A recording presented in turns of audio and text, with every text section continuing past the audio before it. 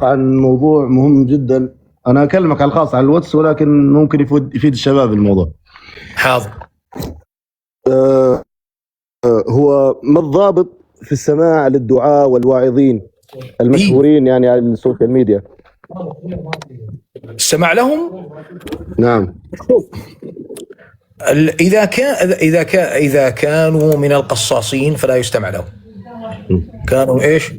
من القصاصين فلا يستمع لهم. ما يستمع للقصاص إلى الوعاظ، ما يستمع لهم إلا إذا كان صادقا، وهذا قليل فيهم.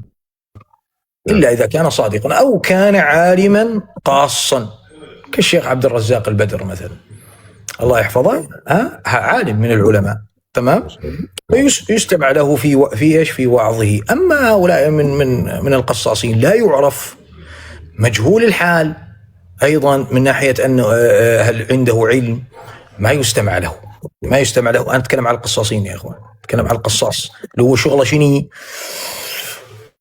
شوفوا يا اخوان، صاروا ياي مره كذا وكذا ويقص لك والله اكبر، ايش مالك يا الحبيب؟ ما يجيب لا حديث النبي صلى الله عليه وسلم، واذا جاب الحديث جاب لك الموضوع والضعيف، ما يميز بين الصحيح والضعيف والموضوع، مثل عمر خالد، مثل عمر عبد الكافي، وحط ايش اسمه هذا، مصطفى مش اسمه الحسني مدري ايش، هذول وحط من القصاصين. اما اذا كان عالما من العلماء مثلا الكبار، لا، هذا الاصل. أنت ترجع إلى شو اسمه، إلى الكبير.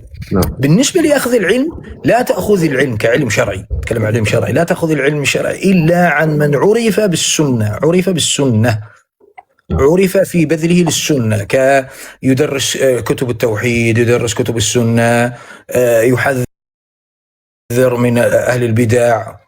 هذا إيش؟ هذا أمر نقول على قولتهم على إيش؟ على الجادة. نعم. تمام؟ نعم. وهو الفترة الأخيرة انتشر عند الشباب السماع لشباب للواعظين أو حتى جماعة المناظرات يعني على السوشيال ميديا.